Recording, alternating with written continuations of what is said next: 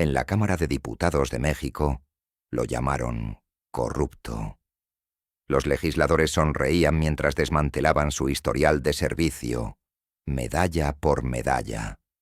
El general veterano se sentó en silencio, sus manos curtidas entrelazadas sobre la mesa, negándose a defenderse contra sus burlas.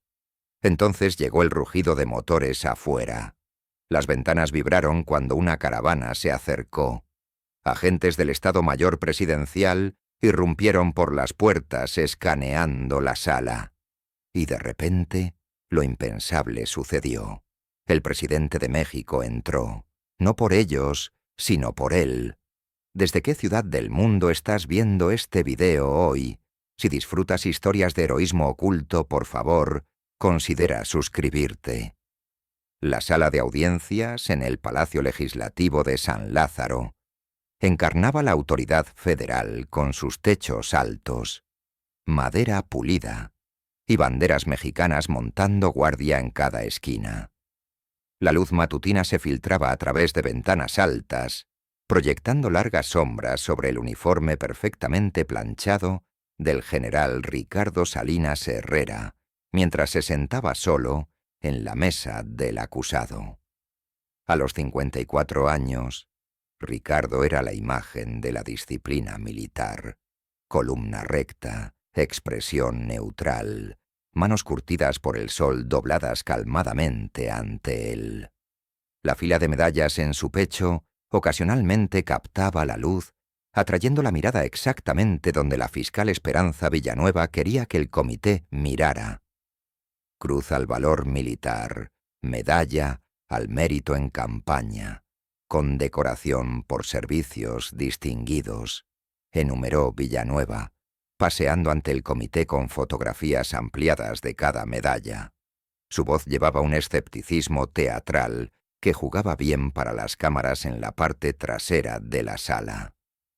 Condecoraciones impresionantes para alguien cuyo registro oficial muestra poca evidencia de haber estado en zonas de combate reales. El diputado Eliodoro Castañón se inclinó hacia adelante, ajustando su micrófono. Su reputación por exponer fraudes lo había convertido en un habitual de los noticieros, y hoy prometía ser particularmente notable. General Salinas comenzó, saboreando cada sílaba. Le gustaría explicar cómo alguien con su trasfondo principalmente administrativo logró acumular condecoraciones de combate típicamente reservadas para soldados que han enfrentado fuego enemigo. La mirada de Ricardo permaneció fija hacia adelante. Mi historial de servicio habla por sí mismo, señor diputado. Un miembro junior del comité señaló una cicatriz visible que corría a lo largo del cuello de Ricardo. ¿Y esa herida del combate? No ofreció explicación, sus dedos tocando brevemente una fotografía gastada parcialmente visible en el bolsillo de su pecho. Villanueva continuó su desmantelamiento metódico, produciendo testimonio del excomandante de Ricardo, ahora convenientemente retirado, alegando que nunca dejó la base de operaciones avanzada durante su despliegue. Se mostraron fotografías de ceremonias de medallas con sugerencias de que fueron escenificadas para publicidad. Un testigo afirmó haber estado estacionado donde Ricardo supuestamente sirvió, insistiendo que nunca lo vio allí. Los casos de valor robado típicamente involucran civiles, explicó Villanueva al comité, su voz tomando un tono educativo. Pero lo que tenemos aquí es potencialmente más insidioso. Un miembro del servicio manipulando el sistema desde adentro, aprovechándose de los protocolos de clasificación para fabricar un historial heroico. Mientras la mañana se extendía hacia la tarde, la sala de audiencias comenzó a tratar los procedimientos como entretenimiento. Risas suaves siguieron a alegaciones particularmente condenatorias. Susurros se extendían por la galería. General Salinas, continuó Villanueva. Tenemos testimonio de múltiples fuentes indicando que usted estaba en la Ciudad de México durante las operaciones exactas donde afirmó haber ganado estas condecoraciones. ¿Cómo responde? Esas operaciones permanecen clasificadas. No puedo discutirlas en este entorno. Esta respuesta desencadenó risa despectiva y miradas de complicidad entre los miembros del comité. Castañón hizo un espectáculo de revisar su reloj. General, este comité tiene la autorización apropiada. ¿Está sugiriendo que participó en operaciones tan secretas que ni el Congreso puede conocerlas? Desde la parte trasera de la sala, el coronel Evaristo Mendoza se movió incómodamente en su asiento. El veterano curtido de operaciones especiales había llegado una hora después del inicio de los procedimientos y había estado observando con creciente preocupación. Cerca la periodista Paloma Restrepo notó discrepancias que otros perdieron, fechas que no coincidían, testimonios que contradecían hechos establecidos y la manera cuidadosa en que Ricardo evitaba ciertos temas en lugar de negarlos directamente. Paloma garabateó en su libreta mientras Villanueva presentaba una cronología que pretendía mostrar el paradero real de Ricardo durante sus supuestas experiencias de combate. Según los documentos, Ricardo había sido asignado a ANAS, Análisis de Inteligencia en la Secretaría de la Defensa Nacional, mientras supuestamente lideraba misiones de extracción en la frontera. Las medallas que porta representan la sangre de héroes reales, dijo Villanueva, su voz endureciéndose, no burócratas jugando a disfrazarse. Por primera vez, Ricardo mostró emoción, un estremecimiento apenas perceptible cuando mencionaron la Operación Colibrí. Fue tan sutil que solo Paloma, observando intensamente, lo captó. Operación Colibrí, repitió Castañón, notando la reacción. Usted afirma haber liderado un equipo de inteligencia durante esta operación clasificada. Sin embargo, tenemos documentación mostrando que procesaba papeleo en la capital durante todo este período. No puedo comentar sobre esa operación, señor. ¿No puede o no quiere?, presionó Castañón. Ambos, señor. El coronel Mendoza revisó su teléfono con frecuencia creciente, su expresión oscureciéndose con cada mensaje que recibía. Cuando Ricardo mencionó que no podía comentar sobre la operación Colibrí, comenzó a escribir rápidamente. Villanueva se acercó a la mesa de testigos, colocando ambas manos en su superficie e inclinándose hacia Ricardo. General, hemos obtenido testimonio de su excompañero de cuarto, el mayor Sebastián Gutiérrez. ¿Le gustaría escuchar lo que tenía que decir sobre sus afirmaciones de combate? Sin esperar respuesta, Villanueva señaló para que trajera al testigo. El mayor Gutiérrez, visiblemente incómodo pero determinado, tomó el estrado y confirmó que Ricardo una vez le había confiado que había exagerado su papel en ciertas operaciones para mejorar sus oportunidades de ascenso. Me dijo que los militares tenían que embellecer más que los civiles para obtener el mismo reconocimiento, testificó Gutiérrez, evitando la mirada de Ricardo. Ricardo permaneció impasible, aunque sus nudillos se blanquearon ligeramente mientras sus manos entrelazadas se presionaron más firmemente. Mientras el sol cambiaba al final de la tarde, proyectando la sala en sombras más duras, Castañón se inclinó hacia adelante, su tono grave. Este comité está considerando recomendar cargos criminales por valor robado. General, esta es su oportunidad final para explicarse. En el pesado silencio que siguió, Ricardo finalmente habló claramente. Señor, he servido a mi país fielmente durante 23 años. Más allá de eso, no tengo nada más que agregar. El coronel Mendoza abruptamente se puso de pie y salió de la sala. teléfono presionado contra su oído, moviéndose con propósito urgente. Ricardo notó su partida, la primera cosa que genuinamente lo preocupó en todo el día. Paloma observó al coronel irse, sus instintos periodísticos encendiéndose. Algo no cuadraba. La cronología que Villanueva había presentado contenía inconsistencias que nadie más parecía notar o importarle.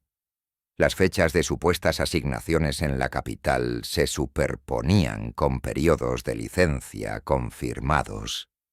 Los registros de comunicación mostraban vacíos que coincidían perfectamente con las operaciones controvertidas. Mujeres como el general Salinas dañan la credibilidad de genuinos miembros del servicio femenino, proclamó Villanueva, su voz subiendo para el efecto. Esta farsa deshonra a verdaderos veteranos que sangraron por sus medallas. Castañón asintió gravemente. La evidencia ante este comité es abrumadora.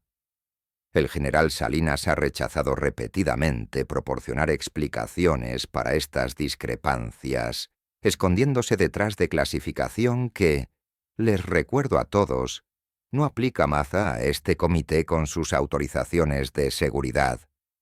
Villanueva regresó a la mesa de la Fiscalía, barajando papeles con aire de finalidad. La Fiscalía descansa, señor. Los hechos hablan por sí mismos. Muy bien, dijo Castañón. Antes de levantarnos para considerar nuestras recomendaciones, ¿desea el general hacer alguna declaración final? Ricardo se levantó lentamente, su postura perfecta. Señor, me uní al ejército para servir a mi país, no por reconocimiento. Nunca he reclamado medallas que no gané. Nunca he hablado públicamente sobre operaciones clasificadas, incluso cuando hacerlo podría haberme beneficiado personalmente. He seguido mis órdenes, incluyendo órdenes sobre qué información puede y no puede ser revelada, incluso en entornos como este. Eso es todo lo que tengo que decir, señor. Su adherencia al secreto sería admirable, general, si creyéramos que realmente hay secretos que guardar, replicó Castañón secamente, desencadenando más risas de la galería.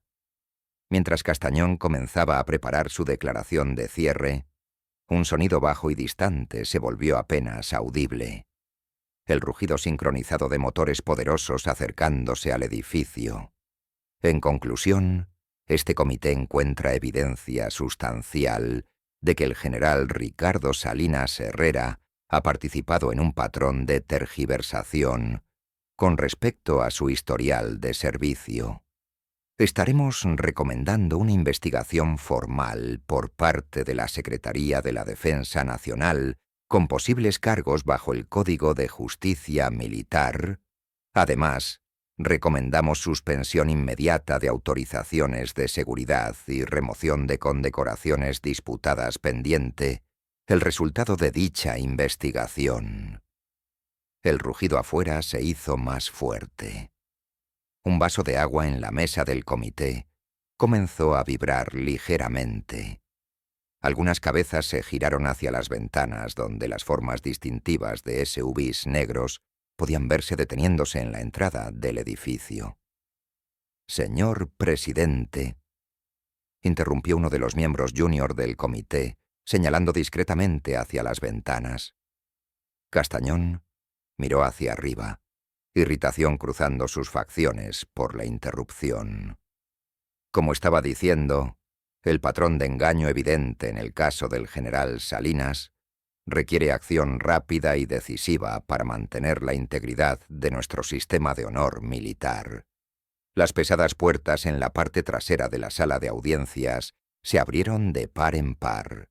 Agentes del Estado Mayor Presidencial inundaron la entrada, auriculares en su lugar, escaneando la sala con eficiencia practicada.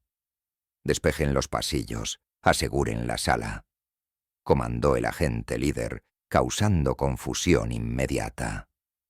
Castañón se levantó, rostro enrojeciéndose. ¿Cuál es el significado de esta interrupción? Estamos conduciendo asuntos oficiales del Congreso aquí. Los agentes lo ignoraron, continuando su barrido de seguridad con desapego profesional. Susurros se extendieron por la audiencia mientras más agentes entraron, formando un perímetro protector. «Exijo una explicación», insistió Castañón, su autoridad súbitamente desafiada. «Damas y caballeros», anunció el agente líder cortándolo. «El presidente de los Estados Unidos mexicanos».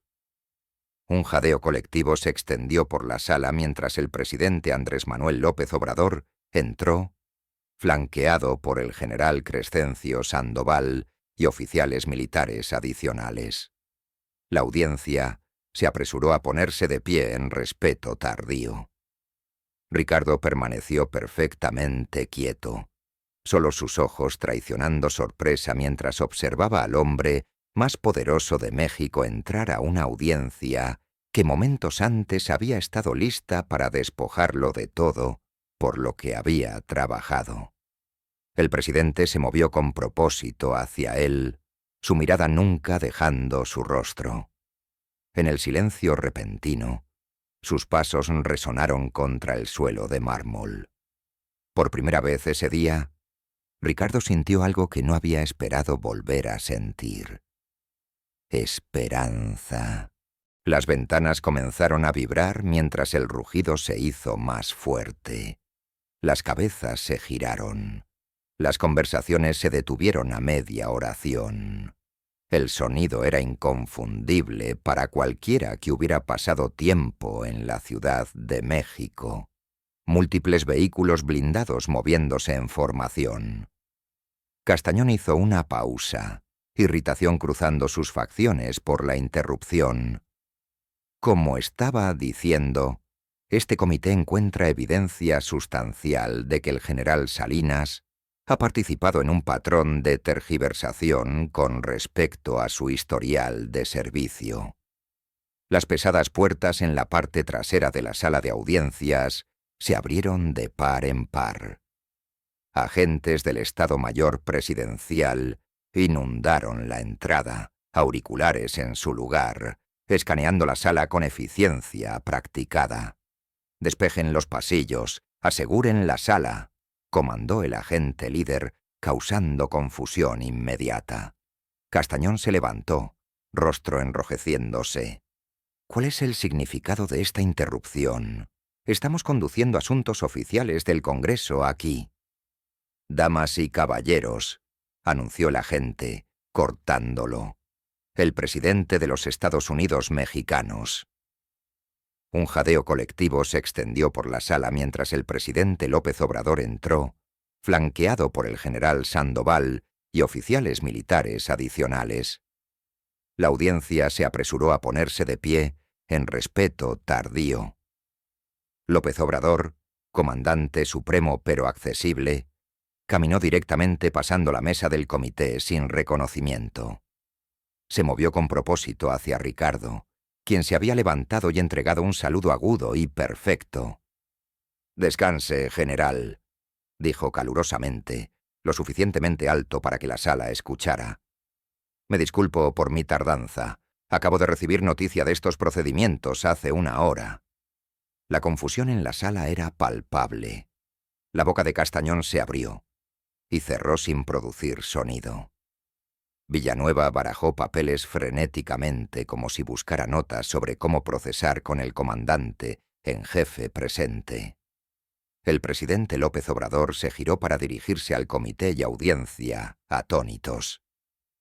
«Hace 4 años, cuando era senador, estuve en una misión diplomática clasificada a una región que aún no puedo nombrar públicamente. Nuestro convoy fue emboscado. Los registros oficiales muestran que nunca estuve ahí». El silencio en la sala se volvió absoluto. El general Salinas continuó, gesticulando hacia Ricardo.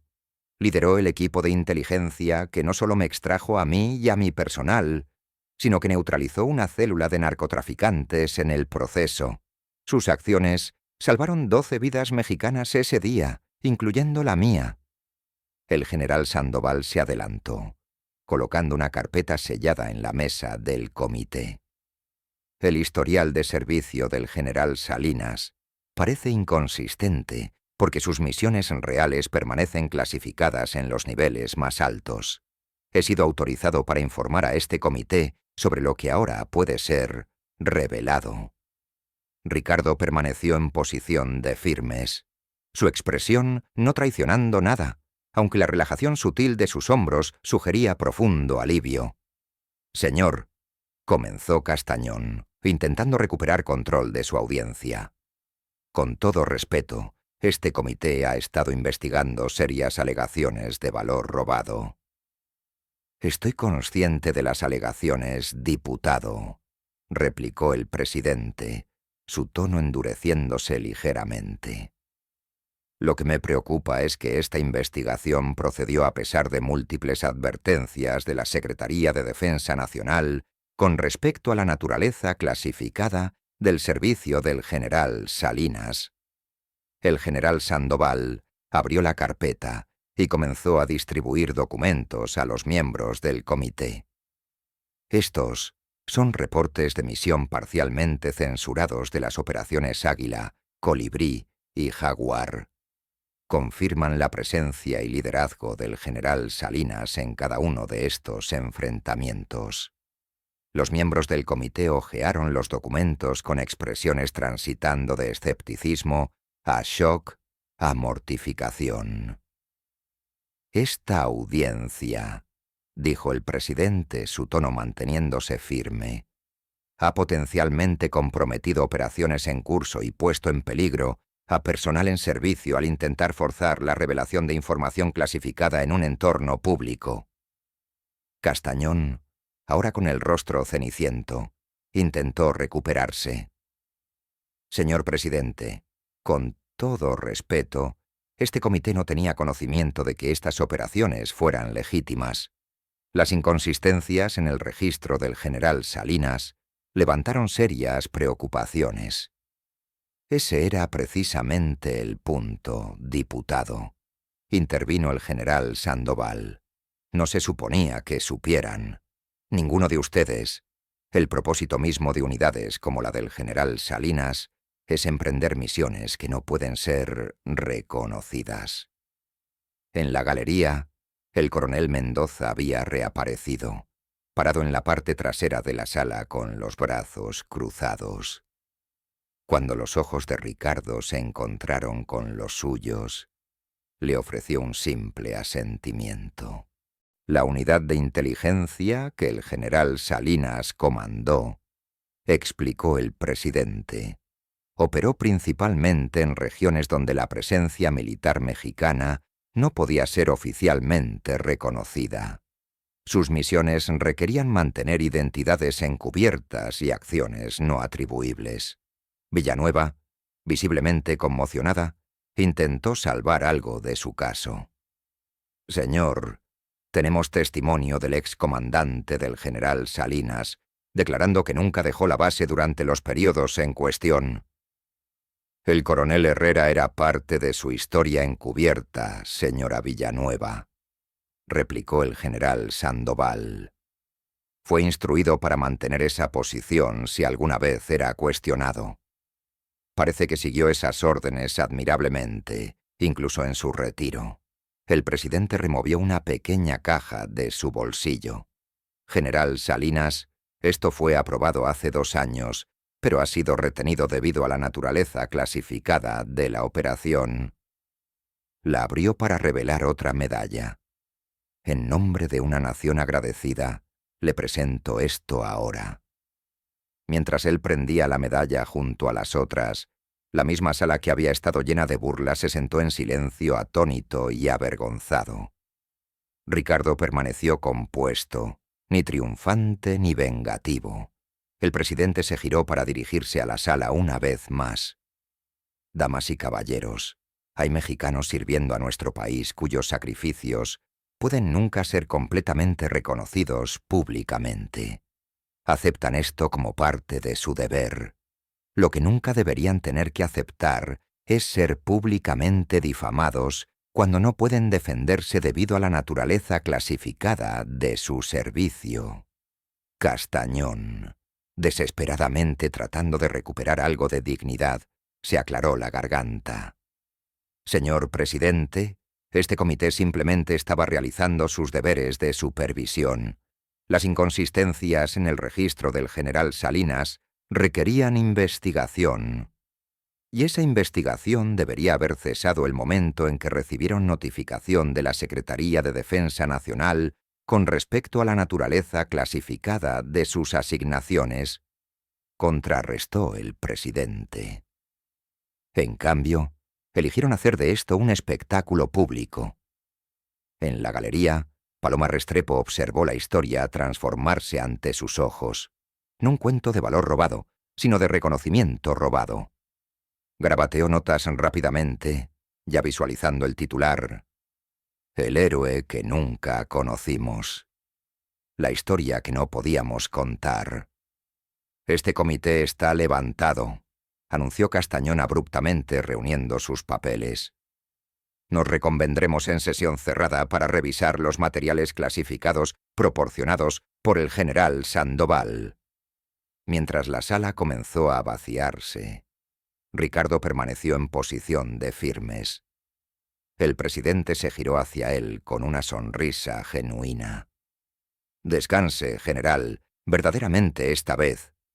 Ella relajó su postura ligeramente. «Gracias por venir, señor. Fue inesperado.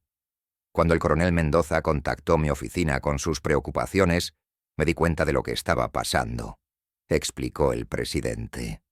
«Algunas partes de su historial de servicio pueden permanecer clasificadas, pero eso no significa que sus sacrificios deban pasar desapercibidos». El general Sandoval se acercó, extendiendo su mano a Ricardo. «Su resistencia hoy fue ejemplar, general. Oficiales menores podrían haber roto la confidencialidad para defenderse. La seguridad de mi equipo era más importante que mi reputación, señor», replicó Ricardo. Al otro lado de la sala, el mayor Gutiérrez, quien había testificado contra Ricardo, se quedó congelado en su lugar, su rostro una máscara de confusión y vergüenza.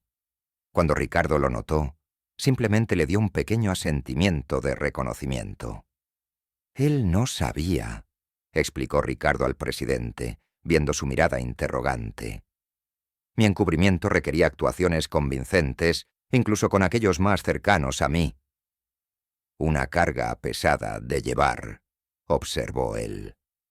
«Una que acepté voluntariamente, señor». El coronel Mendoza finalmente se acercó, extendiendo su mano a Ricardo. «Cuando escuché sobre la audiencia, intenté los canales apropiados primero. Me encontré con obstáculos. Tuve que ir directamente a la cima». «Arriesgaste mucho haciendo esa llamada», dijo Ricardo, estrechando su mano firmemente. «No comparado con lo que arriesgaste en Colibrí», replicó en voz baja. El presidente revisó su reloj. «Tengo que regresar a Palacio Nacional, pero el general Sandoval manejará la limpieza aquí. General Salinas, ¿estaría dispuesto a acompañarme en el viaje? Hay algunos asuntos con respecto a sus futuras asignaciones que me gustaría discutir». «Sería mi honor, señor presidente». Mientras se preparaban para irse, Villanueva se acercó vacilantemente, su confianza anterior completamente desinflada. «General Salinas, siento que le debo una disculpa». Ricardo la consideró firmemente. «Estaba haciendo su trabajo como lo entendía, señora Villanueva». «Sin todos los hechos», admitió Villanueva. «Debería haber considerado que podría haber elementos clasificados a los que no tenía acceso. Quizás esa sea una lección para casos futuros», sugirió Ricardo, ni aceptando ni rechazando la disculpa directamente. El detalle de seguridad del presidente comenzó a despejar un camino hacia la salida. Mientras se movían a través de la multitud ahora sobria, Paloma Restrepo logró posicionarse cerca de su camino. «General Salinas», le gritó. Paloma Restrepo, el Universal. ¿Estaría dispuesto a compartir alguna parte de su historia que pueda hacerse pública? Ricardo miró al presidente, quien le dio un ligero asentimiento. Quizás, replicó Ricardo. Aunque las partes más importantes pueden permanecer clasificadas durante décadas. A veces la historia se trata de lo que no puede ser contado, sugirió Paloma. Precisamente, estuvo de acuerdo Ricardo con una pizca de sonrisa. Mientras salían del edificio, la vista era extraordinaria. La caravana presidencial, con sus imponentes vehículos negros y personal de seguridad, dominaba la calle. Los espectadores se habían reunido, teléfonos levantados para capturar la aparición inesperada del presidente en lo que había sido una audiencia militar obscura. ¿Listo para una misión más, general?, preguntó el presidente mientras se acercaban a la limusina esperando. Siempre, señor, replicó sin vacilación.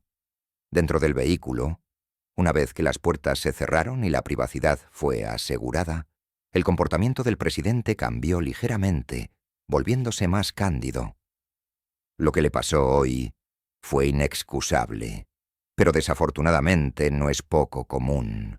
Hay innumerables militares y mujeres cuyas contribuciones permanecen sin reconocimiento debido a temas de clasificación. Viene con el territorio, señor. Quizás, pero no debería incluir ser públicamente humillado por el mismo gobierno al que sirve. La consideró pensativamente. Su asignación actual termina en 6 meses, ¿correcto? Sí, señor. Tengo una propuesta para usted, una que podría ayudar a prevenir situaciones similares para otros mientras hace uso de su experiencia única.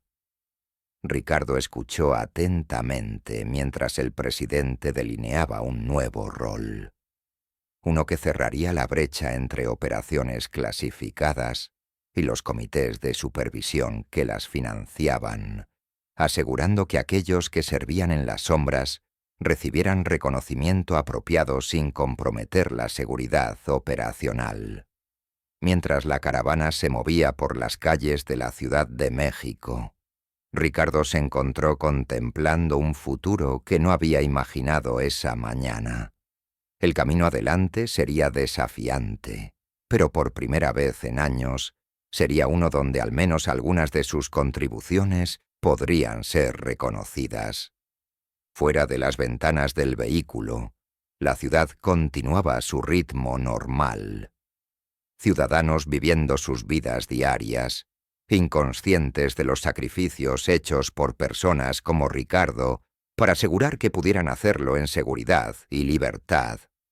Fuera de la sala de audiencias, la luz dorada de la tarde bañaba la escena en calidez, que contrastaba fuertemente con la fluorescencia fría del interior. La caravana presidencial había atraído una multitud, espectadores reuniéndose con teléfonos levantados para capturar cualquier evento notable que hubiera meritado tal presencia de seguridad. Los reporteros se aglomeraron mientras Ricardo salía junto al presidente y el general Sandoval. El Estado Mayor Presidencial creó un corredor protector a través de la multitud, pero las voces aún penetraban la barrera.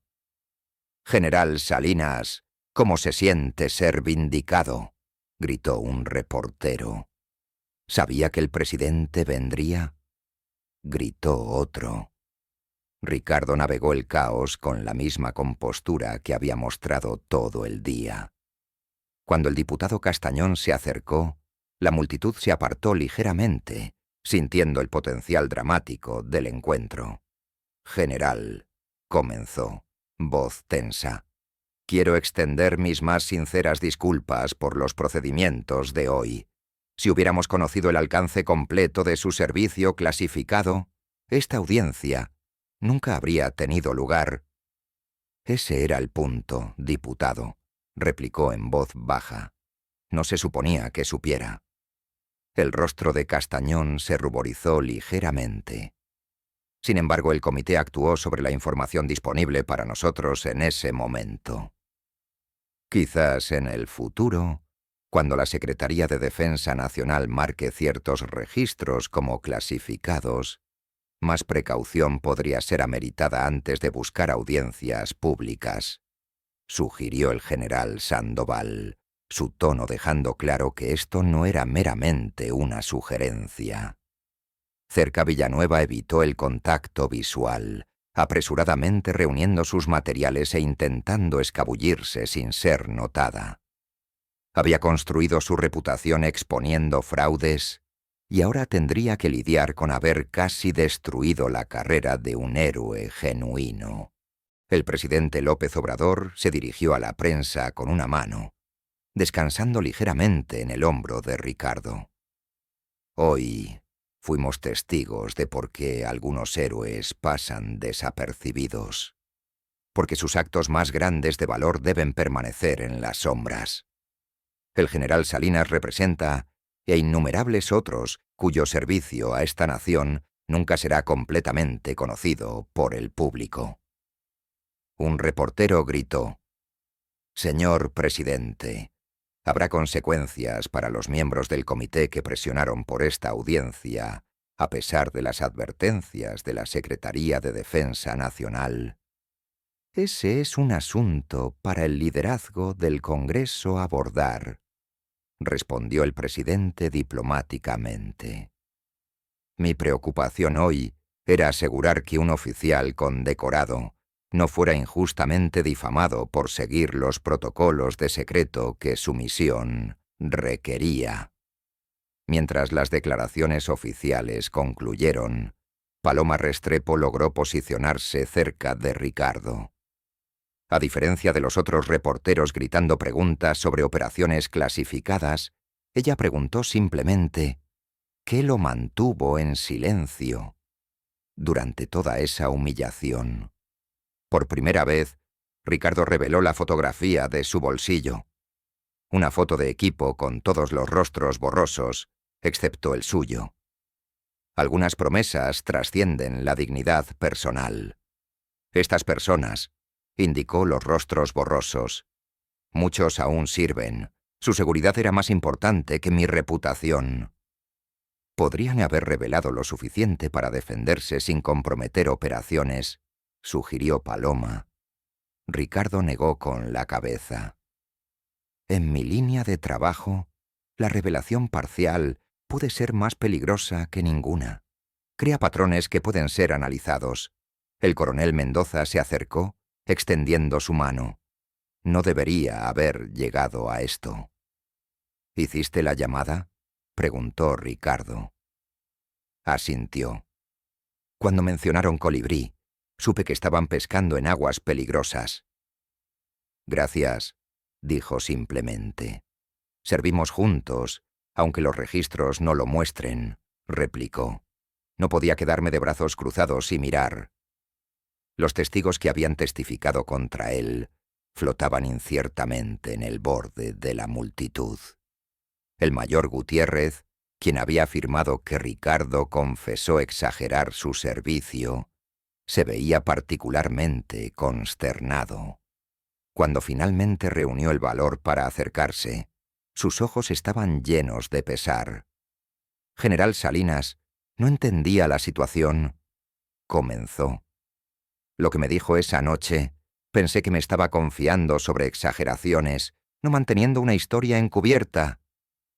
No podías haber sabido, replicó Ricardo calmadamente. Ese era el punto. Me siento terrible. He sido usado para dañar su reputación. Dijiste la verdad como la entendías, dijo Ricardo. La falta está con aquellos que deberían haber reconocido las marcas de clasificación en mi expediente y detenido esta audiencia antes de que comenzara. Mientras la multitud gradualmente se dispersó, el general Sandoval apartó a Ricardo. El presidente me ha informado sobre su propuesta para su próxima asignación. Creo que es un uso excelente de su experiencia. ¿Crear protocolos para proteger a miembros del servicio clasificado de situaciones similares? Confirmó Ricardo. Exactamente. Demasiados de nuestros operadores funcionan en áreas grises donde el reconocimiento se vuelve problemático. Necesitamos mejores sistemas. Sería un honor ayudar a desarrollarlos, señor. Bien. Repórtese al campo militar número 1 el lunes. Comenzaremos inmediatamente. Después de la sesión, mientras Ricardo caminaba por los pasillos del Palacio Legislativo, se encontró con Castañón, el diputado que había confesado. «General», dijo Castañón, claramente nervioso, «quería agradecerle». «¿Agradecerme? Usted fue quien tomó la decisión de confesar». «Sí, pero fue su ejemplo lo que me dio el valor para hacerlo. Ver cómo usted defendió sus principios, sin importar el costo personal, me recordó quién se suponía que debía ser». «¿Qué va a hacer ahora?» «He renunciado a mi posición en el comité. Voy a trabajar como defensor de derechos humanos. Quiero tratar de reparar algo del daño que causé». Ricardo extendió su mano. «Eso requiere más valor que lo que mostró en el tribunal. Aprendí de usted que el verdadero valor no está en no tener miedo, sino en hacer lo correcto a pesar del miedo». 3 días después del incidente en la Cámara de Diputados, la vida en la Ciudad de México había cambiado para Ricardo Salinas de maneras que nunca había anticipado. El video de la confrontación había sido compartido más de 1 millón de veces en redes sociales, y su nombre aparecía en titulares de periódicos desde Reforma hasta La Jornada. Pero él mantenía su rutina diaria: correr por Chapultepec a las 5 de la mañana, café en el mismo puesto de siempre, lectura del periódico en la banca junto al monumento a los niños héroes. La diferencia era que ahora la gente lo reconocía. «Disculpe, ¿es usted el general del video?», le preguntó una mujer mayor mientras esperaba el semáforo cerca del Zócalo. Sus ojos brillaban con algo entre admiración y gratitud. «Mi hijo está en el ejército. Quería agradecerle por lo que hizo». Ricardo inclinó la cabeza respetuosamente. «Solo hice lo que cualquier hermano en armas habría hecho, señora». Pero no era cierto, y ambos lo sabían. No cualquier militar tenía la preparación, la experiencia o la frialdad necesaria para mantener silencio absoluto mientras su reputación era destrozada públicamente. En su departamento minimalista en la colonia Polanco, Ricardo revisaba los documentos que habían permanecido ocultos durante meses. Su equipo de investigación interna, 2 veteranos como él que habían canalizado sus habilidades militares hacia la inteligencia doméstica, había sido meticuloso en documentar las inconsistencias en su caso. La operación había comenzado cuando el coronel Mendoza había notado que varios oficiales con servicios clasificados estaban siendo injustamente investigados por comités parlamentarios sin acceso a información completa. «El problema», había explicado Mendoza durante una de sus reuniones clandestinas en una cantina cerca de Coyoacán, «es que los diputados están interpretando la clasificación como evidencia de fraude en lugar de protección operacional». El sargento mayor retirado Felipe Herrera, experto en operaciones encubiertas, había sido quien sugirió la estrategia de documentación preventiva. Si vamos a proteger a nuestros operadores, necesitamos que sea irrefutable cuando llegue el momento. Y el teniente coronel retirado Arturo Salazar, especialista en guerra de información, había diseñado la táctica de intervención presidencial. La única autoridad que puede neutralizar un comité parlamentario es el propio Ejecutivo. El plan había funcionado perfectamente, pero Ricardo sabía que la verdadera guerra apenas había comenzado. Su teléfono sonó. Era Mendoza. «Tenemos un problema», dijo sin preámbulos. Villanueva está intentando cambiar la narrativa. Ha contratado a una firma de relaciones públicas y están esparciendo rumores de que eres un veterano inestable, con problemas de estrés postraumático. Ricardo sonrió sin humor. Predecible. Hay más. Han contactado a antiguos compañeros tuyos, buscando cualquier cosa que puedan usar en tu contra. Están siendo especialmente insistentes sobre la Operación Colibrí. El nombre de la operación clasificada envió un escalofrío por la columna de Ricardo. Colibrí había sido su momento más oscuro y su mayor triunfo. La misión que le había ganado la cruz al valor militar y la cicatriz que llevaba como recordatorio permanente. ¿Qué han encontrado? Nada oficial. Los archivos siguen clasificados, pero están presionando a familiares de los soldados que rescataste, tratando de crear discordia. Ricardo cerró los ojos. En Colibrí había desobedecido órdenes directas para salvar a su equipo. Técnicamente había cometido insubordinación.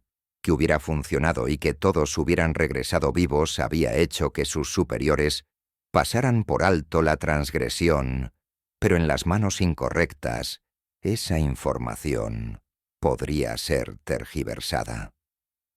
¿Necesitas que intervenga?, preguntó Mendoza. No, déjalos hacer ruido. La verdad siempre tiene más peso que las mentiras, y tenemos documentación de todo.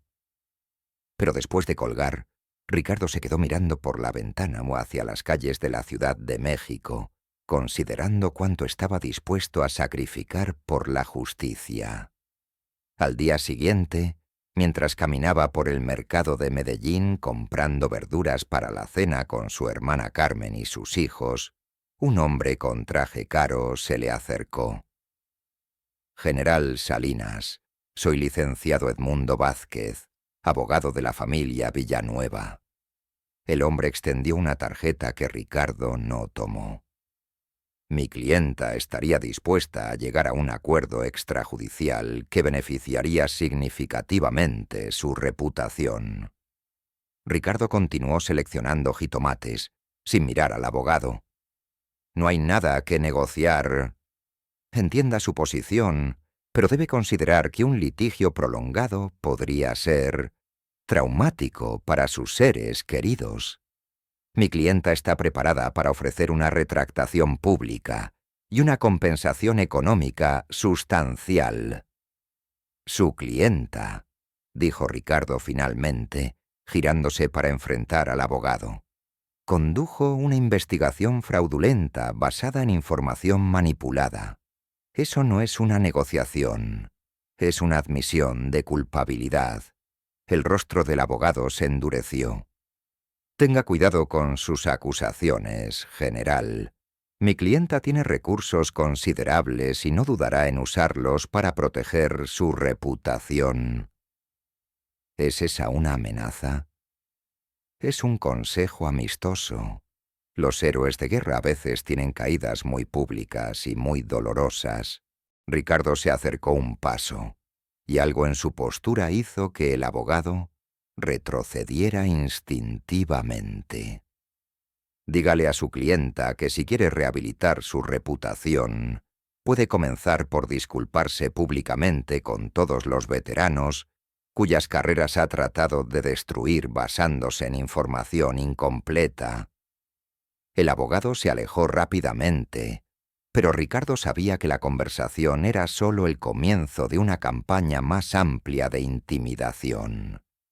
Esa noche, durante la cena familiar en casa de Carmen en Xochimilco, su sobrino Diego preguntó inocentemente: «Tío Ricardo, ¿por qué la señora de la televisión dice que eres malo?» El silencio se extendió por la mesa. Carmen palideció, y su hija Sofía dejó de comer.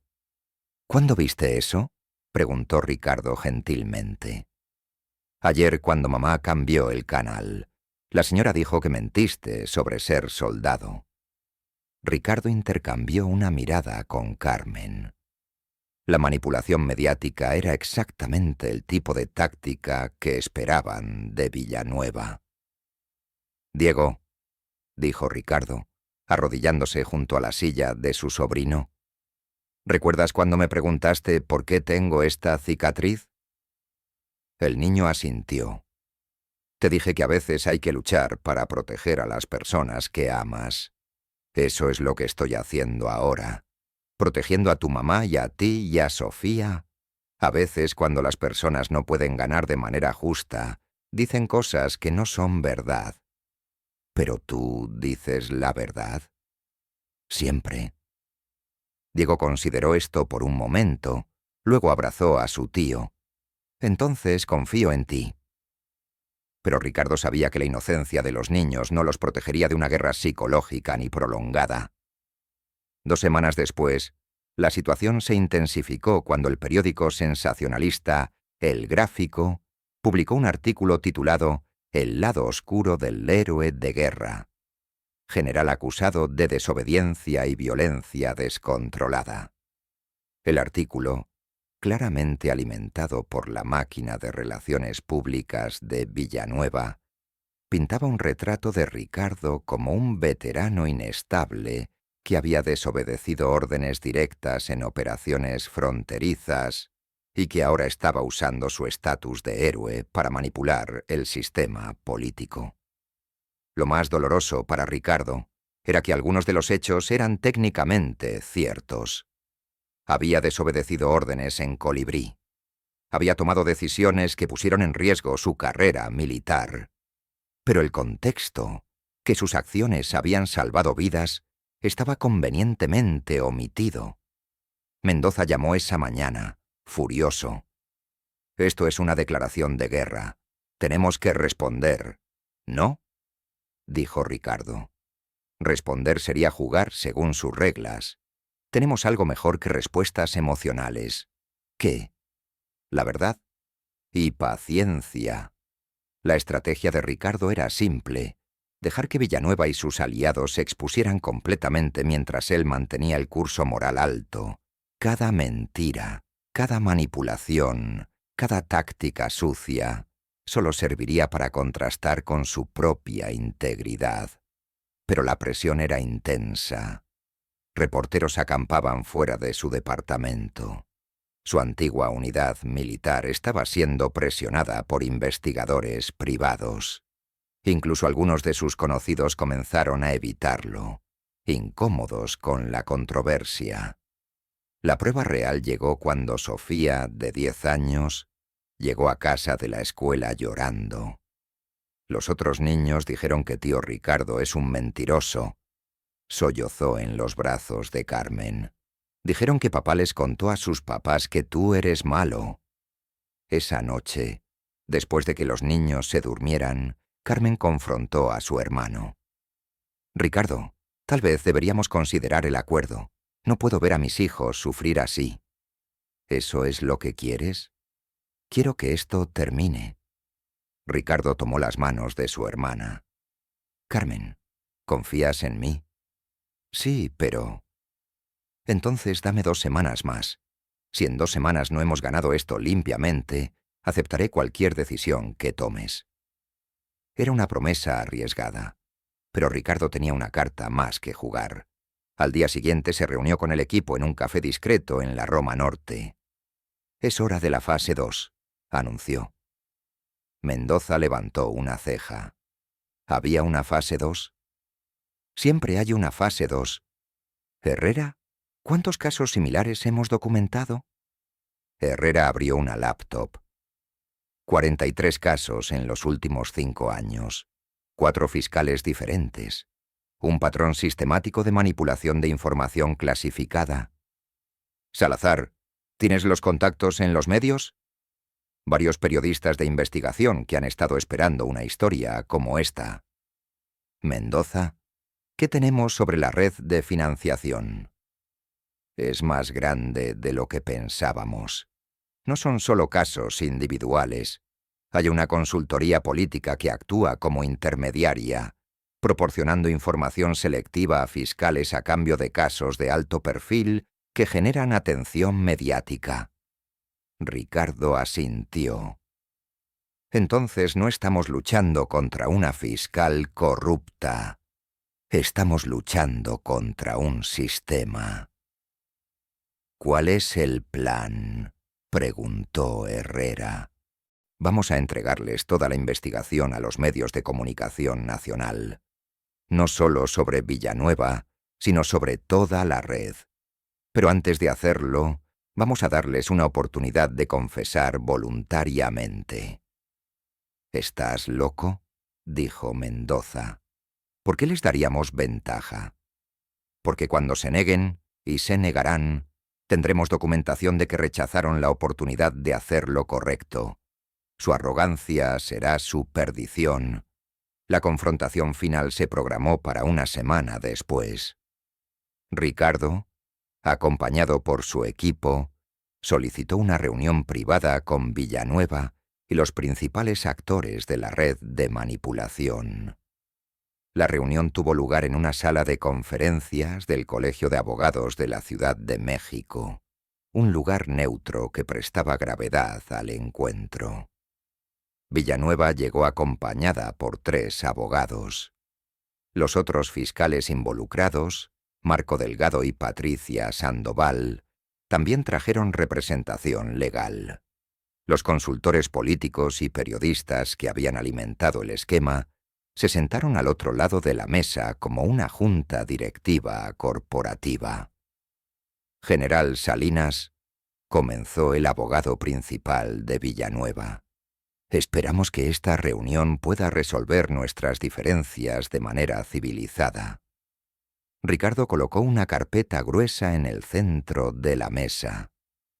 Esta carpeta contiene documentación completa de 43 casos de manipulación de información clasificada durante los últimos 5 años.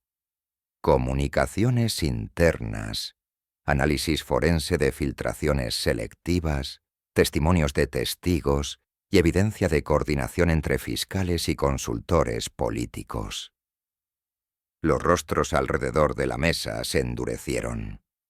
También contiene evidencia de difamación sistemática, conspiración para dañar reputaciones y obstrucción de la justicia militar involucrando a todos los presentes en esta sala.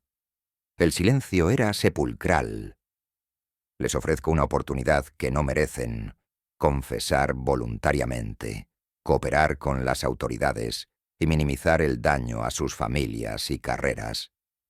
Patricia Sandoval, una mujer de mediana edad con una reputación previamente respetada, habló primero. Esto es extorsión. No, replicó Ricardo calmadamente. Extorsión sería pedirles dinero a cambio de silencio. Esto es justicia. Les estoy ofreciendo la oportunidad de hacer lo correcto antes de que sea demasiado tarde.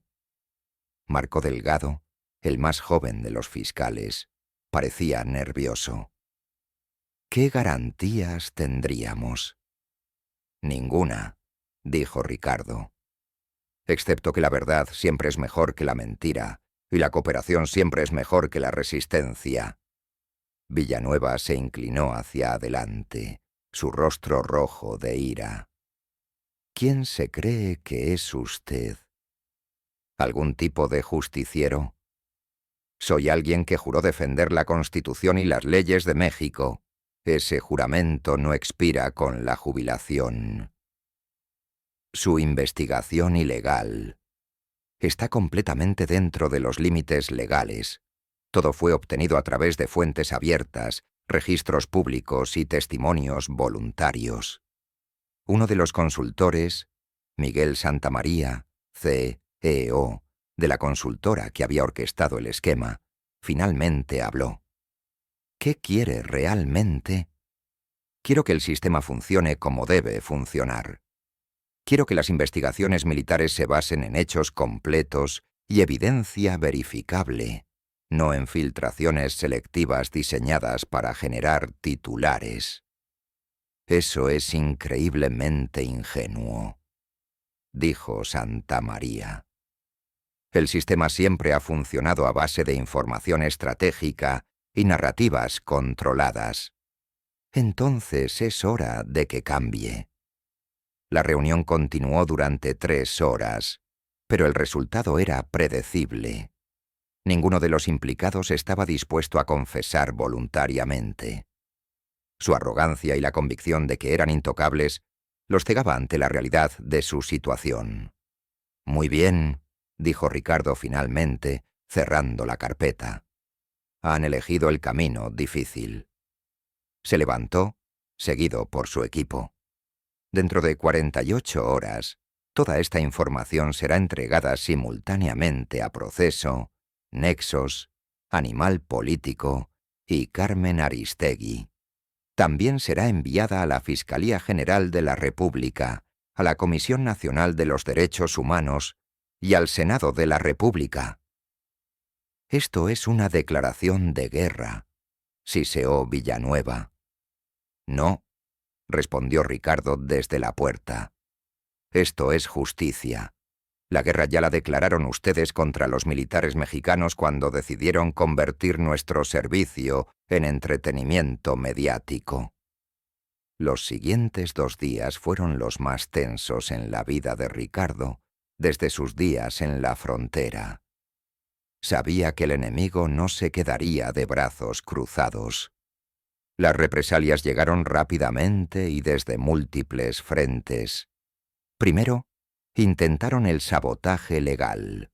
Una denuncia anónima fue presentada ante la Fiscalía Militar alegando que Ricardo había obtenido información clasificada de manera ilegal.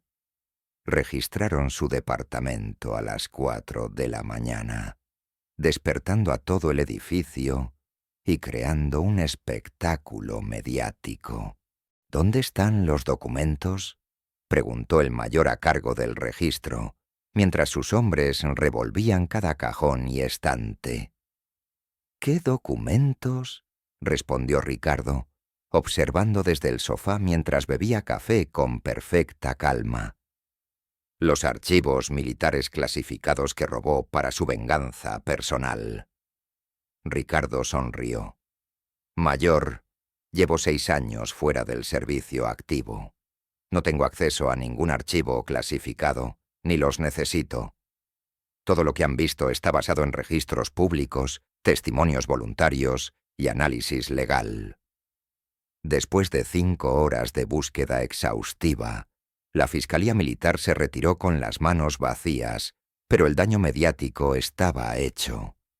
Los titulares de esa tarde proclamaban: «Catean casa del general acusado de robo de documentos militares». El segundo ataque fue más personal. Villanueva había contratado a investigadores privados para acechar a Carmen y los niños. Los seguían cuando iban a la escuela, tomaban fotografías y les hacían preguntas invasivas a los vecinos. «Tío Ricardo», le dijo Diego una tarde, «hay un hombre que nos sigue. Mamá dice que no le hable, pero me da miedo». La ira que sintió Ricardo en ese momento era diferente a cualquier cosa que había experimentado en combate. En la frontera, luchaba contra enemigos que al menos tenían el valor de enfrentarlo directamente. Esto era cobardía pura: atacar a niños inocentes para presionar a su objetivo.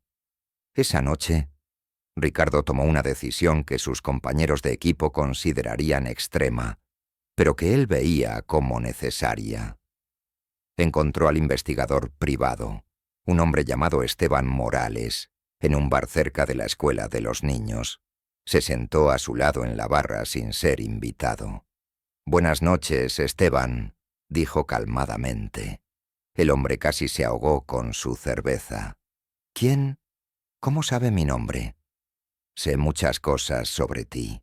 Sé que tienes una hija propia, de 8 años. Sé dónde va a la escuela. Sé que tu exesposa vive en Satélite con su nuevo marido». Morales palideció. «¿Me está amenazando?» «Te estoy haciendo una pregunta simple. ¿Cómo te sentirías si alguien siguiera a tu hija? ¿Si alguien la fotografiara en secreto? ¿Si alguien la asustara hasta el punto de tener pesadillas?» Yo solo estoy haciendo mi trabajo». «Tu trabajo», dijo Ricardo, su voz bajándome a un susurro que de alguna manera era más aterrador que un grito. Termina ahora. Si vuelvo a verte cerca de mi familia, si vuelvo a saber que has fotografiado a esos niños, te prometo que descubrirás exactamente por qué me dieron una medalla en la frontera. Morales dejó dinero en la barra y salió rápidamente del local. Nunca volvió a molestar a la familia. El tercer ataque fue el más sofisticado. Una campaña de desinformación en redes sociales, orquestada por la misma firma que manejaba la imagen de varios políticos controvertidos. Cuentas falsas comenzaron a circular videos editados del incidente en la Cámara de Diputados, mostrando solo las partes donde Ricardo parecía evasivo, sin el contexto de la clasificación. Memes burlándose de su medalla militar inundaron Twitter. Historias inventadas sobre su supuesta inestabilidad mental se viralizaron en Facebook. «Están ganando la guerra de narrativa», le advirtió Mendoza durante una llamada telefónica.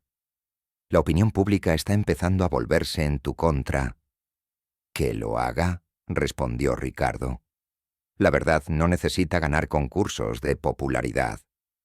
Pero esa noche, mientras ayudaba a Sofía con sus deberes de historia, la niña le preguntó inocentemente: «Tío Ricardo, ¿por qué algunos adultos dicen cosas malas sobre ti en Internet?». Era el momento que Ricardo había estado temiendo. La guerra sucia estaba afectando no solo su reputación, sino la estabilidad emocional de los niños que había jurado proteger. «Sofía», dijo, arrodillándose para estar a la altura de la niña. «¿Recuerdas cuando jugamos serpientes y escaleras la semana pasada?». «Sí». «¿Recuerdas que te dije que a veces tienes que retroceder casillas para poder avanzar después?». «Sí, pero no me gustó retroceder». «A mí tampoco me gusta cuando dicen cosas feas sobre mí, pero estoy protegiendo algo más importante que mi reputación. Estoy protegiendo la verdad. Y a veces, para proteger lo que realmente importa, tienes que estar dispuesto a perder otras cosas temporalmente». La niña consideró esto con la seriedad que solo los niños pueden aportar a conceptos profundos. «¿Pero al final ganaste el juego?». «Todavía lo estoy jugando». Al día siguiente, llegó el momento que Ricardo había estado esperando. Mendoza lo llamó temprano por la mañana con noticias que cambiarían todo. «Lo tenemos», dijo sin preámbulos. «Marco Delgado se quebró». «¿Qué?». «El más joven de los fiscales.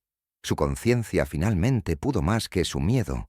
Quiere confesar todo a cambio de protección». Ricardo sintió una oleada de alivio mezclada con satisfacción. «¿Qué sabe?». «Todo. Los números exactos, las fechas, quién ordenó qué. Incluso tiene correos electrónicos comprometedores que guardó por si acaso necesitaba protegerse». «¿Dónde está ahora?». «En una casa segura con su familia. Tiene miedo de represalias, pero está dispuesto a testificar públicamente». La confesión de Delgado fue como tirar del hilo que deshace todo el tejido. En las siguientes 72 horas, la red de manipulación mediática se desmoronó completamente. Los medios de comunicación, que habían estado esperando con las historias ya escritas, publicaron simultáneamente exposés devastadores que sacudieron los cimientos del sistema judicial mexicano. Los titulares eran apocalípticos. La red de manipulación que vendió la justicia militar. Fiscales filtraban información para generar casos mediáticos. El general tenía razón. Documentos prueban conspiración contra militares. En el Senado de la República, los políticos de todos los partidos compitieron para distanciarse del escándalo y proponer reformas. El presidente López Obrador anunció una investigación completa y la creación de una comisión especial para revisar todos los casos militares potencialmente afectados. Pero para Ricardo, el momento más satisfactorio llegó 3 días después, cuando recibió una llamada de la secretaria de Villanueva. «General Salinas», dijo la voz nerviosa al otro lado de la línea, «la licenciada Villanueva solicita una reunión privada con usted». «¿Una reunión? ¿Para qué?» «Prefiere explicárselo en persona». Ricardo accedió, curioso por ver cuál sería la jugada final de la fiscal corrupta. Se encontraron en el mismo edificio de la Cámara de Diputados donde todo había comenzado. Pero esta vez, los papeles estaban completamente invertidos. Villanueva llegó sola, sin abogados, visiblemente derrotada. Su rostro había envejecido años en semanas, y sus manos temblaban ligeramente. «General», comenzó, su voz apenas un susurro, Quería pedirle disculpas». Ricardo no respondió, esperando. Tenía razón, sobre todo. Me perdí en la ambición, en los reflectores, en la sensación de ser intocable. Olvidé por qué me hice fiscal en primer lugar.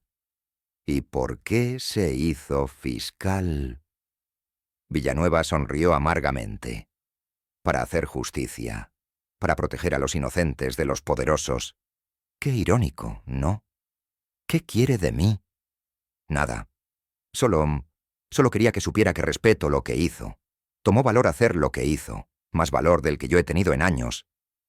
Se levantó para irse, pero se detuvo en la puerta.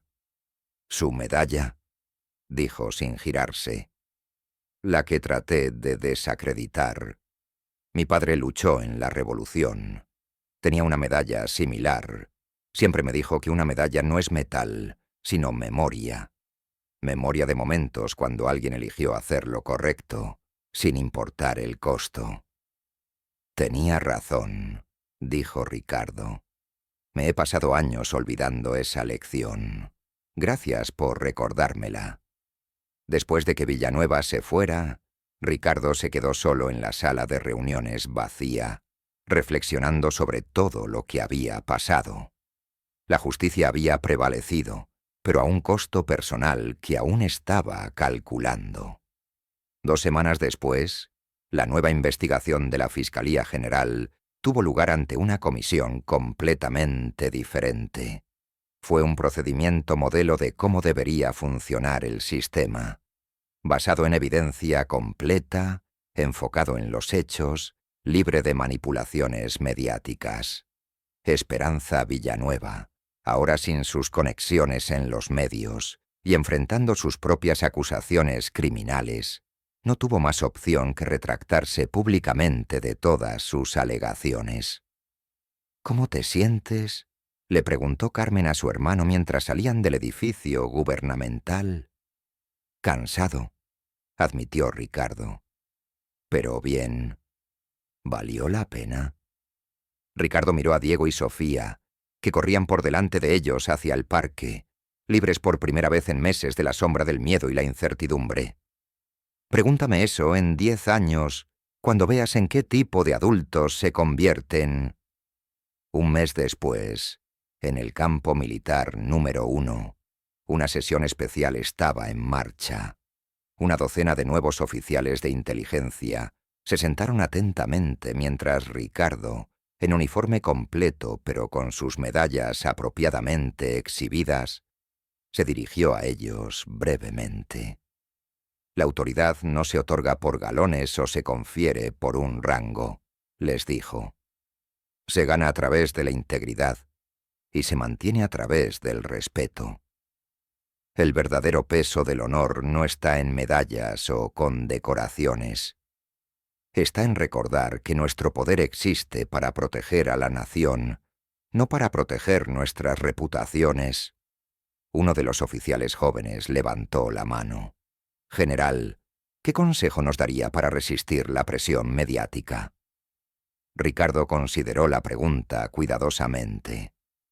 «Recuerden por qué están aquí. No por la gloria, no por el reconocimiento, no por el estatus. Están aquí porque México les ha confiado la responsabilidad más sagrada: defender la patria. Cada vez que tomen una decisión, pregúntense: ¿esto sirve a México o sirve a mis intereses? ¿Y si la presión se vuelve muy intensa? Entonces, recuerden que la historia juzgará sus decisiones mucho después de que las presiones temporales hayan desaparecido. Los titulares se olvidan, las amenazas pasan, pero el servicio que prestan o niegan vive para siempre en el corazón de la patria. Otra oficial preguntó: ¿nunca tuvo dudas sobre lo que estaba haciendo? Constantemente, admitió Ricardo. Pero las dudas son saludables. Las dudas nos mantienen humanos. El problema viene cuando dejamos de dudar, cuando nos convencemos de que somos infalibles. ¿Qué haría diferente si pudiera repetir todo el proceso? Ricardo sonrió. Nada. Cada error, cada momento de duda, cada paso en falso fue necesario para llegar al resultado correcto. La justicia no es un destino, es un viaje. Y como cualquier viaje valioso, requiere que estemos dispuestos a perdernos ocasionalmente para encontrar el camino correcto. El general Sandoval, presente en la sesión, tomó notas cuidadosas. Después de la sesión, mientras Ricardo caminaba por los jardines del campo militar, se encontró con Delgado, el fiscal que había confesado. «General», dijo Delgado, claramente nervioso, «quería agradecerle». «¿Agradecerme? Usted fue quien tomó la decisión de confesar». «Sí, pero fue su ejemplo lo que me dio el valor para hacerlo. Ver cómo usted defendió sus principios, sin importar el costo personal, me recordó quién se suponía que debía ser». «¿Qué va a hacer ahora?» «He renunciado a mi posición. Voy a trabajar en derechos humanos. Quiero tratar de reparar algo del daño que causé». Ricardo extendió su mano. «Eso requiere más valor que lo que mostró en la audiencia. Aprendí de usted que el verdadero valor no está en no tener miedo, sino en hacer lo correcto a pesar del miedo». 6 meses después, la vida Maram había encontrado un nuevo ritmo para la familia Salinas. Carmen había vuelto a trabajar como maestra en una escuela primaria de Xochimilco. Los niños estaban floreciendo en sus estudios sin la tensión constante de la batalla mediática. Y Ricardo había encontrado un propósito nuevo y gratificante. Le habían ofrecido un puesto en la Secretaría de la Defensa Nacional, coordinando un nuevo programa de transparencia e integridad militar. Su trabajo involucraba diseñar sistemas para prevenir futuros casos de manipulación mediática y entrenar a oficiales en ética y comunicación. «Es irónico», le comentó a Mendoza durante uno de sus almuerzos mensuales en el centro de Coyoacán. «Pasé años luchando guerras en la frontera, pero la batalla más importante de mi vida fue aquí, en casa». «¿Extrañas la simplicidad del combate?», preguntó Mendoza. «A veces», admitió. «En la frontera era fácil identificar al enemigo. Llevaban diferentes uniformes, hablaban diferente idioma. Aquí, el enemigo puede llevar el mismo uniforme que un héroe. Pero los resultados son más duraderos aquí. Eso espero». Esa tarde, mientras ayudaba a Sofía con un proyecto escolar sobre héroes nacionales, la niña le preguntó: «¿Tío Ricardo, eres un héroe?». La pregunta lo tomó por sorpresa. «¿Por qué preguntas eso?». «Porque mi maestra dice que los héroes son personas que hacen lo correcto cuando es difícil. Y tú hiciste lo correcto cuando era muy difícil».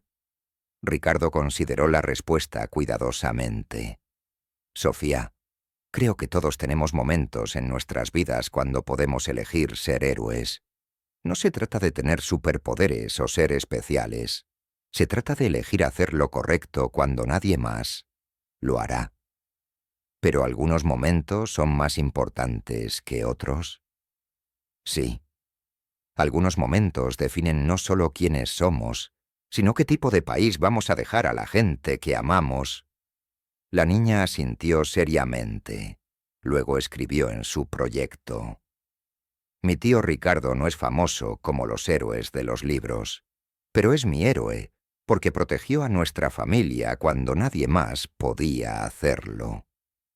Un año después del incidente en la Cámara de Diputados, Ricardo recibió una invitación inesperada. El Colegio de Defensa Nacional quería otorgarle la presea Miguel Hidalgo al mérito civil por su contribución a la integridad del sistema de justicia militar mexicano. «No puedo aceptarla», le dijo a Carmen cuando le mostró la invitación. «¿Por qué no?» «Porque no hice esto por reconocimiento. Lo hice por ti, por los niños, por todas las familias que no tienen a alguien que luche por ellas. Pero precisamente por eso deberías aceptarla. No por ti, sino por lo que representa». ¿Qué representa? Que el sistema puede cambiar, que las personas comunes pueden hacer cosas extraordinarias, que la justicia puede ganar. Ricardo consideró esto. ¿Crees que ayudaría a otros? Creo que les daría esperanza. El día de la ceremonia, un evento discreto en el Colegio de Defensa Nacional, Ricardo se puso su uniforme de gala completo por primera vez en años. Junto a su nueva presea civil, llevaba orgullosamente su cruz al valor militar, la medalla que había iniciado todo. En su breve discurso de aceptación, dijo: «Esta presea no es mía. Pertenece a todos los que creen que la justicia no está en venta, que la integridad no se negocia y que la verdad siempre vale la pena defender, sin importar el costo». En la audiencia estaban Carmen y los niños, su equipo de investigación, algunos de los oficiales que había entrenado, y sorprendentemente, Marco Delgado. «Acepto esta presea», continuó, «no como reconocimiento a lo que hice, sino como compromiso con lo que queda por hacer, porque la justicia no es un logro que se alcanza una vez y se olvida, es una responsabilidad que debemos llevar cada día». Después de la ceremonia, mientras caminaban por Chapultepec como familia, Diego preguntó: «Tío Ricardo, ahora que tienes 2 medallas, ¿eres 2 veces más héroe?» Ricardo rió, el primer sonido genuinamente alegre que había hecho en meses. «No funciona así, Diego. No importa cuántas medallas tengas. Lo que importa es qué haces cuando nadie está mirando, cuando no hay cámaras, cuando no hay aplausos». «Entonces, ¿qué vas a hacer ahora?» Ricardo miró a su familia, feliz y segura, luego hacia el horizonte de la Ciudad de México, una ciudad que había aprendido a amar de manera nueva a través de su lucha por la justicia. «Voy a seguir siendo tu tío.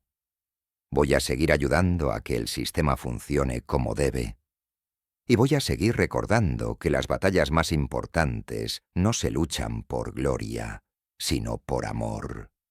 Mientras el sol se ponía sobre Chapultepec, pintando el cielo de naranjas y rosas, Ricardo Salinas Herrera caminó en silencio con su familia, llevando sus medallas no como trofeos del pasado, sino como promesas para el futuro. La justicia había prevalecido, pero más importante aún, había demostrado que una persona común, armada solo con valentía y determinación, podía cambiar el mundo. No con violencia, no con dinero, no con conexiones, sino con la fuerza más poderosa de todas: la verdad. Y en los años venideros, cuando Diego y Sofía fueran adultos y enfrentaran sus propios momentos de elección entre lo fácil y lo correcto, recordarían las palabras de su tío: «La justicia no es un destino, es un viaje. Y vale la pena cada paso del camino». ¿Has conocido alguna vez a alguien que nunca pidió reconocimiento, pero merecía más que nadie? alguien que llevó su honor silenciosamente hasta el momento en que más importó. Comparte tu historia en los comentarios abajo. Recuerda, a veces las personas más fuertes son las que nunca necesitan probar su fuerza hasta que alguien trata de quitársela.